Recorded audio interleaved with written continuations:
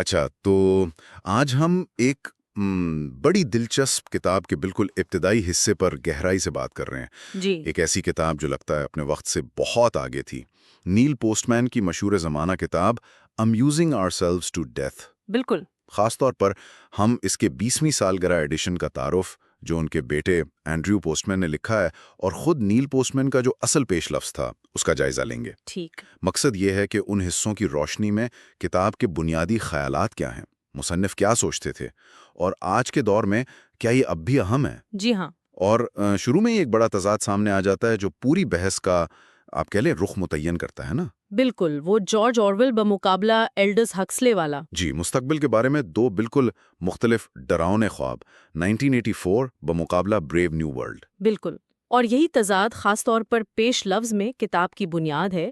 لیکن آئیے پہلے 20ویں سالگرہ ایڈیشن کے تعارف سے شروع کرتے ہیں۔ ہاں، جو اینڈریو پوسٹ مین نے لکھا ہے۔ جی، جو ان کے بیٹے ہیں، یہ خود بھی ایک کافی دلچسپ تحریر ہے جو کتاب کی جو پائیدار میراث ہے نا اس پر روشنی ڈالتی ہے۔ ہاں، اینڈریو تعارف کا آغاز ہی ایک چونکا دینے والے سوال سے کرتے ہیں۔ وہ پوچھتے ہیں، اب یہ 20 سال پہلے شائع ہونے والی ساماجک تبصرے کی کتاب؟ مطلب اب کیوں پڑھیں اسے؟ ہاں بالکل، اور وہ فوراً اس نقطے پر آتے ہیں کہ 1985 کا جو میڈیا ماحول تھا، جو ابھی کتاب پہلی بار آئی، وہ آج کے مقابلے میں کتنا مختلف تھا۔ صحیح۔ اب سوچیں 1985 میں نہ انٹرنیٹ اتنا عام تھا، نہ سیل فون تھے، نہ یہ سینکڑوں کیبل چینلز، نہ ڈی وی ڈیز۔ کچھ بھی نہیں تھا اس طرح کا۔ یہ وہ چیزیں ہیں جو 2005 یا 2006 تک جب یہ تعارف لکھا گیا ہماری زندگیوں کا مرکز بن چکی تھی۔ جی ہاں بالکل۔ اور یہی اینڈریو کا بنیادی سوال بنتا ہے کہ اب کیا یہ کتاب جو بنیادی طور پر ٹیلی ویژن کے خطرات پر تھی، مطلب یہ کہ ٹی وی عوامی گفتگو کو سطحی تفریح بنا رہا ہے، لکھنے پڑھنے کے کلچر کو کمزور کر رہا ہے اور معلومات کا ایسا سیلاب لا رہا ہے جس میں سنجیدہ بات چیت وہ گم ہو جائے گی۔ جی، تو کیا وہ کتاب کمپیوٹر، انٹرنیٹ اور موبائل فون کے دور میں بھی متعلقہ ہے؟ اور ان کا جواب کیا تھا؟ اینڈریو کا جواب، اور وہ کہتے ہیں کہ ان کے والد نیل کا بھی یہی جواب ہوتا، ایک واضح ہاں۔ اچھا، ان کا استدلال یہ ہے کہ ٹی وی کے بارے میں جو بنیادی خدشات تھے، یعنی تفریح کی بالادستی، سنجیدہ بحث کا زوال، بے معنی معلومات کا شور، وہ نئی ٹیکنالوجیز کے دور میں نہ صرف باقی ہیں بلکہ شاید بڑھ گئے ہیں۔ بالکل، بلکہ شاید زیادہ گہرے اور وسیع ہو گئے ہیں۔ یہ بات اہم ہے کہ اینڈریو صرف اپنی رائے نہیں دے رہے، وہ کہتے ہیں کہ وہ غیر جانبداری سے جانچنا چاہتے تھے کہ کیا واقعی یہ کتاب اب بھی متعلقہ ہے۔ جی، وہ موضوعی تصدیق چاہتے تھے۔ ہاں، تو انہوں نے جان بوجھ کر ان لوگوں سے پرہیز کیا جو شاید پہلے سے ہی پوسٹ مین کے حامی ہوں، جیسے ان کے والد کے پرانے شاگرد، یا کتاب کے جو پرانے فینز تھے، یا وہ پنک فلوئڈ والے راجر واٹرز جنہوں نے تو اس کتاب سے متاثر ہو کر پورا البم بنا دیا تھا، امیوز ٹو ڈیتھ۔ اچھا ہاں، تو انہوں نے ان سب کو سائیڈ پر کھا؟ جی، تو پھر انہوں نے کس سے پوچھا؟ دیکھیے، ان کا ٹیسٹ کیس بہت دلچسپ ہے۔ انہوں نے 2005-2006 کے امریکی کالج طلباء کا انتخاب کیا۔ اچھا، یعنی بالکل نئی نسل۔ بالکل، عمر 18 سے 22 سال۔ یہ وہ نسل تھی جو 1985 کے بعد ایک بالکل مختلف میڈیا ماحول میں پلی بڑھی تھی۔ ان کے لیے ایم ٹی وی کا وہ تیز رفتار انداز، ملٹی ٹاسکنگ، کمپیوٹر اور دوسری اسکرینوں پر گھنٹوں گزارنا، پھر وہ مخصوص ڈیموگرافکس کے لیے جو ٹارگیٹڈ مواد ہوتا ہے، اور وہ ہر وقت بیک گراؤنڈ میں کوئی نہ کوئی شور۔ جی، پس منظر میں مسلسل کسی نہ کسی قسم کا شور، یہ سب معمول کی بات تھی۔ اور سب سے اہم بات یہ کہ ان میں سے زیادہ تر نیل پوسٹ مین یا ان کی کتاب سے واقف نہیں تھے، تو ان کا رد عمل زیادہ آپ کہہ لیں خالص ہو سکتا تھا، غیر جانبدارانہ۔ بالکل۔ اور ان طلباء کے رد عمل وہ واقعی آنکھیں کھولنے والے تھے۔ اینڈریو بتاتے ہیں کہ بہت سے طلباء نے کہا کہ یہ کتاب آج پہلے سے زیادہ متعلقہ ہے۔ اچھا، 20 سال پرانی کتاب کے بارے میں یہ کہا؟ جی، ایک طالب علم جوناتhan نے یہ مشاہدہ کیا کہ اب غور و فکر کے لیے وقت ہی نہیں بچا، لوگ ریسٹورانٹ میں بھی اپنے سیل فون میں گم رہتے ہیں۔ صحیح، یہ تو ہم روز دیکھتے ہیں۔ ایک اور طالبہ لیز نے کلاس میں ہوئی ایک بحث کا ذکر کیا۔ سوال یہ تھا کہ کیا کیبل ٹی وی پر کوئی ایسا چینل ہے جو خالصاً تفریحی نہ ہو؟ مشکل سوال ہے۔ ویدر چینل کا نام آیا، لیکن پھر کسی نے کہا کہ وہ بھی تو طوفانوں کو سنسنی خیز بنا کر دلچسپ پیش کرتے ہیں۔ واحد مثال ملی سی اسپین کی، جسے کوئی دیکھتا ہی نہیں۔ ہاں جی بالکل۔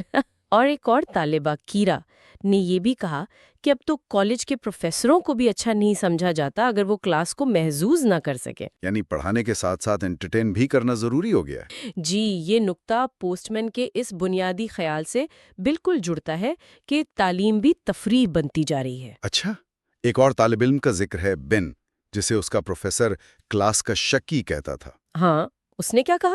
اس نے ایک بہت گہری بات کہی۔ اس نے کہا پوسٹ مین کہتے ہیں کہ ٹی وی ہر چیز کو لمحہ موجود تک محدود کر دیتا ہے، اور ہم خود اس کتاب پر اس لیے تنقید کر رہے تھے کہ یہ کل شائع نہیں ہوئی تھی۔ واہ، یہ تو خود پوسٹ مین کے نقطے کی عملی مثال ہو گئی۔ زبردست۔ طلباء نے یہ بھی محسوس کیا کہ کتاب کے اثرات صرف ٹی وی تک محدود نہیں رہے۔ انہوں نے 2004 کے امریکی انتخابات کا ذکر کیا۔ اس میں کیا خاص تھا؟ جیسے آرنلڈ شوارزنیگر کا دی ٹونائٹ شو، جو ایک تفریح پروگرام ہے، اس پر گورنر کے لیے اپنی امیدواری کا اعلان کرنا۔ اچھا، سیاست اور تفریح کا مل جانا۔ جی، پھر معاشرے کا وہ ریڈ اسٹیٹ اسٹیبلش میں بڑھ جانا، وہ پولرائزیشن، یہاں تک کہ نوجوانوں کے لیے جو مذہبی میگزینز ہیں وہ بھی ٹین میگزینز کی نقل کر رہے تھے، جیسے خدا کے قریب ہونے کے 10 طریقے۔ عجیب بات ہے۔ اور کچھ نے تو اٹینشن ڈیفیسٹ ڈس آرڈر یعنی ADD کی بڑھتی ہوئی تشخیص کو بھی اسی مسلسل تفریح اور محرک کی ضرورت سے جوڑا۔ دلچسپ بات یہ ہے کہ طلباء نے کتاب کے لکھنے کے انداز کی بھی تعریف کی۔ اچھا، کیا کہا؟ انہوں نے کہا کہ یہ ایک کہانی سنانے والے کا انداز ہے جو مشکل خیالات کو آسانی سے پیش کرتا ہے، لیکن انہیں ضرورت سے زیادہ سادہ بھی نہیں بناتا۔ یعنی بات کی گہرائی برقرار رہتی ہے۔ بالکل۔ پوسٹ مین عظیم فن پاروں اور شاعری کا حوالہ دیتے ہیں، بغیر تصویروں کے کاری کی دلچسپی برقرار رکھتے ہیں، اور ان کا انداز گفتگو والا ہے جو سوچنے پر اکساتا ہے۔ ایک پروفیسر کے مطابق طلباء اس نتیجے پر پہنچے کہ ٹی وی کا بنیادی مقصد شو بزنس، سنسنی خیزی اور پیسہ کمانا ہے۔ ایک ایسی حقیقت جسے شاید انہوں نے پہلے اس طرح نہیں دیکھا تھا۔ جی بالکل۔ لیکن ظاہر ہے ہر کوئی متفق نہیں ہوگا، کچھ تنقیدیں بھی تو سامنے آئی ہوں گی نا؟ ہاں بالکل، تنقید بھی تھیں۔ کئی طلباء کو ٹیلی ویژن پر یہ حملہ پسند نہیں آیا کیونکہ وہ اسے ظاہر ہے آرام اور لطف کا ذریعہ سمجھتے تھے۔ کچھ نوجوانوں نے محسوس کیا کہ ٹی وی تو ان کے والدین کی ثقافت تھی، ان کی نسل تو انٹرنیٹ کی ہے، تو پوسٹ مین کے نکات ان پر شاید لاگو نہیں ہوتے۔ حالانکہ اینڈریو نے دلیل دی کہ بنیادی اصول وہی ہے۔ جی۔ کچھ نے پوسٹ مین کو ٹیکنالوجی یا تبدیلی مخالف سمجھا کہ وہ تحریری لفظ کی اتنی وکالت کرتے ہیں کہ ٹی وی کے جو ممکنہ پازیٹو پہلو ہو سکتے ہیں، جیسے معلومات تک رسائی بڑھانا، انہیں نظر انداز کر دیتے ہیں۔ یہ اعتراض بھی اٹھا کہ وہ صارف کے کنٹرول جیسے ریموٹ کنٹرول یا DVRs ان کو اہمیت نہیں دیتے۔ صحیح، اور یہ کہ وہ کوئی حل پیش نہیں کرتے۔ ایک طالب علم نے کہا، آپ ٹوتھ پیسٹ کو واپس ٹیوب میں نہیں ڈال سکتے۔ مطلب جو ہو گیا سو ہو گیا۔ ہاں، اور ایک عام رد عمل یہ بھی تھا کہ ٹھیک ہے، جو انہوں نے کہا تھا وہ سچ ہو گیا، تو اب کیا؟ اب اسے پڑھنے کا کیا فائدہ؟ یہ تو اب کیا والا سوال بہت اہم ہے۔ شاید اسی لیے اینڈرو ایک خاص تجربے کا ذکر کرتے ہیں، ای میڈیا فاسٹ۔ یہ کیا تھا؟ دیکھیں، یہ ایک پروفیسر کا آئیڈیا تھا۔ اس تجربے میں طلباء کو 24 گھنٹے کے لیے تمام الیکٹرانک میڈیا سے مکمل پرہیز کرنا تھا۔ تمام الیکٹرانک میڈیا؟ مطلب cell phone, computer, internet, TV, radio, iPod, سب کچھ بند۔ 24 گھنٹے؟ یہ تو آج کل سوچنا بھی مشکل ہے۔ بالکل۔ شروع میں طلباء اسے آسان سمجھتے تھے، لیکن جب انہیں احساس ہوتا کہ اس کا مطلب کیا ہے، کوئی ٹیکسٹنگ نہیں، کوئی ای میل نہیں، کوئی آن لائن چیٹ نہیں، کوئی ٹی وی نہیں، تو وہ گھبرا جاتے۔ اچھا۔ پروفیسر کہتی ہیں کہ اس تجربے کے بعد جو مضامین لکھے گئے ان کے عنوانات بہت ڈرامائی ہوتے تھے، جیسے میری زندگی کا بدترین دن یا میرا اب تک کا بہترین تجربہ۔ یعنی اتنا شدید رد عمل تھا؟ ہاں، بظاہر بہت مشکل تھا۔ طلباء نے لکھا کہ انہیں لگا جیسے وہ مر جائیں گے۔ ہر کسی کی اپنی کمزوری تھی، کوئی ٹی وی کے بغیر نہیں رہ سکتا تھا، کوئی سیل فون کے، کوئی انٹرنیٹ کے۔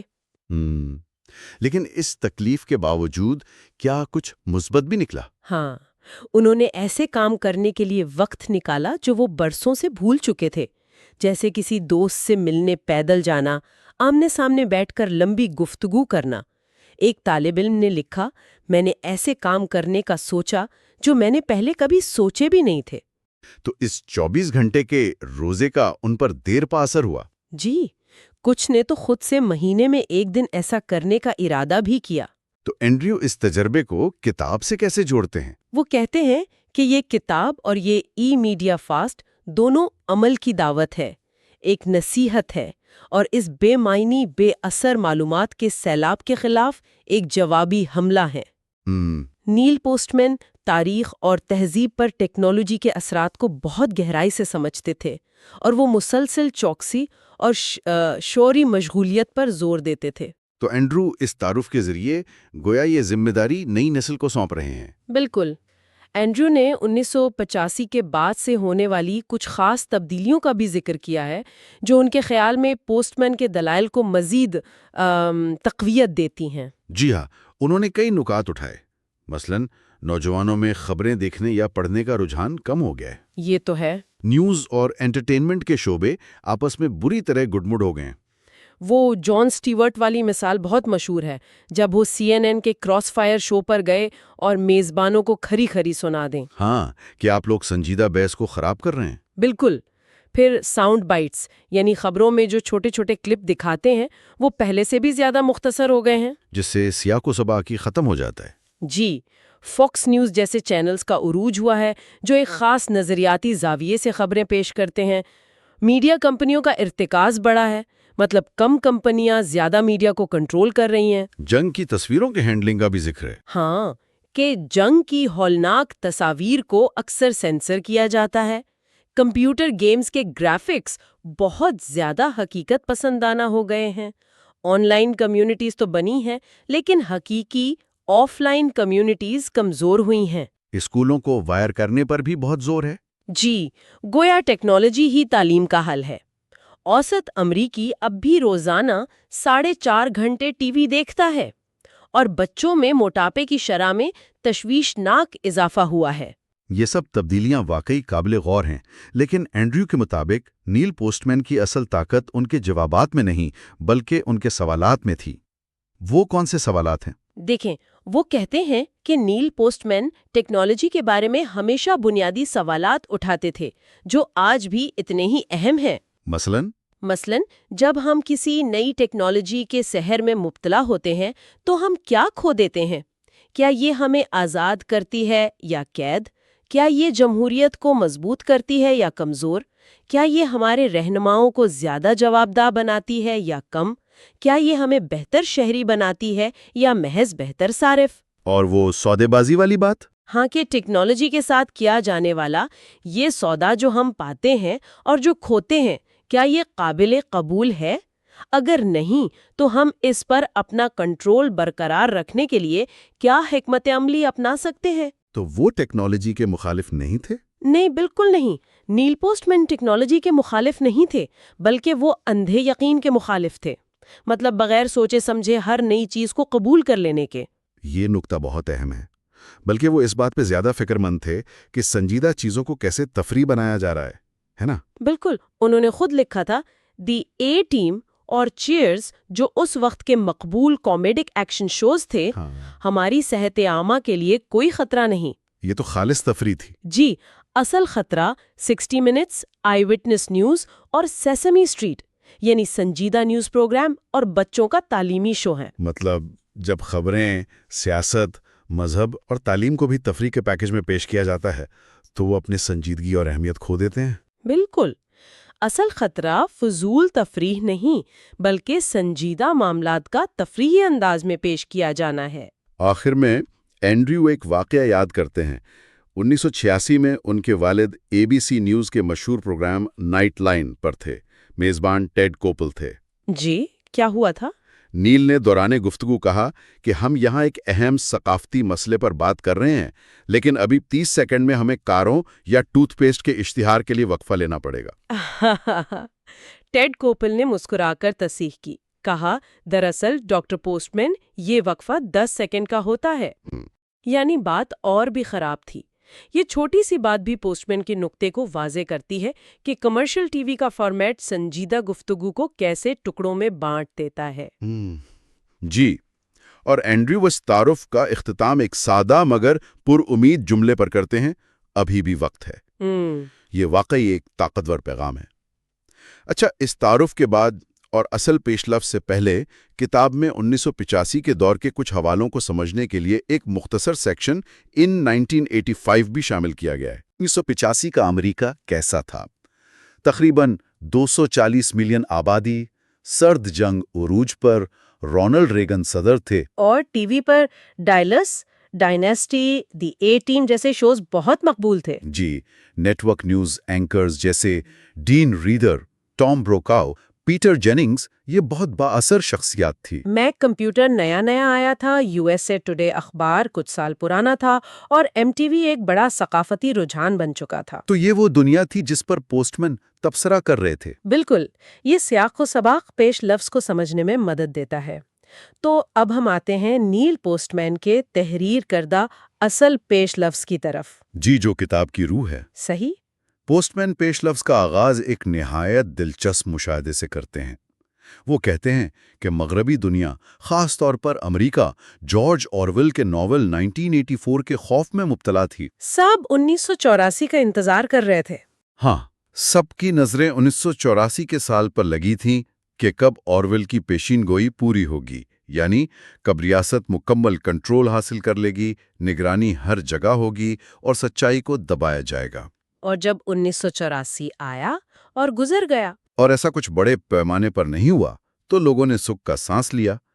لیکن پوسٹ مین کہتے ہیں کہ اس آرویلین خوف پر توجہ مرکوز رکھتے ہوئے ہم ایلڈس ہکسلے کی پیشین گوئی کو نظر انداز کر گئے، جو اس نے اپنے ناول بریو نیو ورلڈ میں کی تھی۔ بالکل، اور یہی پوسٹ مین اس بنیادی فرق کو واضح کرتے ہیں جو ان کی پوری کتاب کا مرکزی خیال ہے۔ کیا فرق ہے وہ؟ وہ کہتے ہیں کہ آرویل اور ہکسلے نے مستقبل کے ایک ہی جیسے منظرنامے کی پیشین گوئی نہیں کی تھی، ان کے خدشات بالکل مختلف تھے۔ اچھا۔ آرویل کا خوف تھا کہ ریاست یا کوئی بیرونی طاقت ہم پر جبر کرے گی، یعنی Big Brother is watching you والا معاملہ۔ ہاں، کتابوں پر پابندی لگائی جائے گی، معلومات کو ہم سے چھپایا جائے گا، سچائی کو راز رکھا جائے گا، ہماری ثقافت ایک قید خانہ بن جائے گی، کنٹرول کا ذریعہ درد ہوگا۔ آرویل ڈرتے تھے کہ وہ چیزیں ہمیں تباہ کریں گی جن سے ہم نفرت کرتے ہیں۔ ٹھیک، اور ہکسلے؟ ہکسلے کا خوف اس کے بالکل برعکس تھا۔ ان کے مطابق کسی بیرونی طاقت کو کتابوں پر پابندی لگانے کی ضرورت ہی نہیں پڑے گی۔ کیوں؟ کیونکہ لوگ خود ہی کتابیں پڑھنا چھوڑ دیں گے۔ معلومات کی کمی نہیں ہوگی، بلکہ معلومات کا ایسا سیلاب ہوگا کہ ہم بے حس اور خود غرض ہو جائیں گے، اور سچائی غیر متعلقہ باتوں کے شور میں ڈوب جائے گی، یعنی ٹریویلائزیشن۔ بالکل۔ ثقافت سنجیدہ نہیں رہے گی، بلکہ معمولی ٹریویل ہو جائے گی، جس کی مثال وہ اپنے ناول میں فلیز، اورجی پورجی جیسے سطحی مشاغل سے دیتے ہیں۔ لوگوں میں خلفشار، ڈسٹریکشنز اور فوری لذت کی بھوک لامحدود ہوگی۔ اور کنٹرول کا ذریعہ؟ کنٹرول کا ذریعہ خوشی اور لذت ہوگا۔ ہکسلے ڈرتے تھے کہ وہ چیزیں ہمیں تباہ کریں گی جن سے ہم محبت کرتے ہیں۔ یہ تو واقعی ایک زبردست اور پریشان کن تضاد ہے۔ ایک طرف جبر کا خوف، دوسری طرف اپنی مرضی سے سطحی پن میں ڈوب جانے کا خطرہ۔ جی، اور پھر پوسٹمین براہ راست اپنی کتاب کا مقصد بیان کرتے ہیں، ایک ایسا جملہ جو آج بھی گونجتا ہے۔ وہ کہتے ہیں یہ کتاب اس امکان کے بارے میں ہے کہ ہکسلے نہ کہ آرویل صحیح تھے۔ بالکل، یہ کتاب کا بنیادی مفروضہ ہے کہ شاید مغربی جمہوریتیں، خاص طور پر امریکہ، آرویلین جبر کی طرف نہیں بلکہ ہکسلین بے حسی اور تفریح پرستی کی طرف بڑھ رہی ہیں، جہاں لوگ اپنی آزادیاں خوشی خوشی تفریح اور خلس اشار کے بدلے قربان کر دیتے ہیں۔ جی بالکل۔ تو اگر ہم ان دونوں حصوں کو یعنی اینڈرو کے تعارف اور نیل کے پیش لفظ کو ملا کر دیکھیں تو خلاصہ یہ بنتا ہے کہ نیل پوسٹمین نے 1985 میں ٹیلی ویژن کو اس ہکسلین رجحان کا مرکزی محرک کے طور پر دیکھا۔ صحیح۔ ان کا استدلال تھا کہ ٹی وی کا فارمیٹ ہی ایسا ہے کہ وہ ہر چیز کو سیاست، مذہب، تعلیم، خبریں سب کو تفریح میں بدل دیتا ہے۔ جائزہ لے کر یہ نتیجہ اخذ کیا کہ یہ رجحان نہ صرف جاری ہے بلکہ انٹرنیٹ اور دوسری ڈیجیٹل ٹیکنالوجیز کی وجہ سے شاید مزید شدید ہو گیا ہے۔ یقیناً، اور یہ ہمیں ایک حتمی غور طلب نقطے پر لاتا ہے جو ان تحریروں سے ہی ابھرتا ہے۔ وہ کیا ہے؟ دیکھیں، اینڈریو پوسٹمین پوچھتے ہیں کہ نئی ٹیکنالوجیز کے ساتھ جو سودے بازی ہم کر رہے ہیں، یعنی جو کچھ ہم حاصل کرتے ہیں اور جو کچھ ہم کھوتے ہیں، کیا وہ قابل قبول ہے؟ اور اگر نہیں تو ہم ان ٹیکنالوجیز پر اپنا کنٹرول برقرار رکھنے کے لیے کیا حکمت عملی اپنا سکتے ہیں؟ اس سوال کو ای میڈیا فاسٹ کے تجربے اور ہکسلے کی تنبیہ کی روشنی میں دیکھنا چاہیے۔ بالکل، الیکٹرانک میڈیا کے بغیر گزارا گیا ایک دن ہمارے اپنے خلفشار اور فوری لذت کے ساتھ تعلق کے بارے میں کیا ظاہر کرتا ہے؟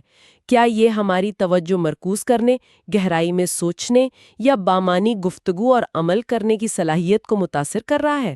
یہ وہ سوال ہے جو نیل پوسٹ مین کی کتاب آج بھی ہر قاری سے پوچھتی ہے، اور جس کا جواب شاید پہلے سے کہیں زیادہ ضروری ہو گیا ہے۔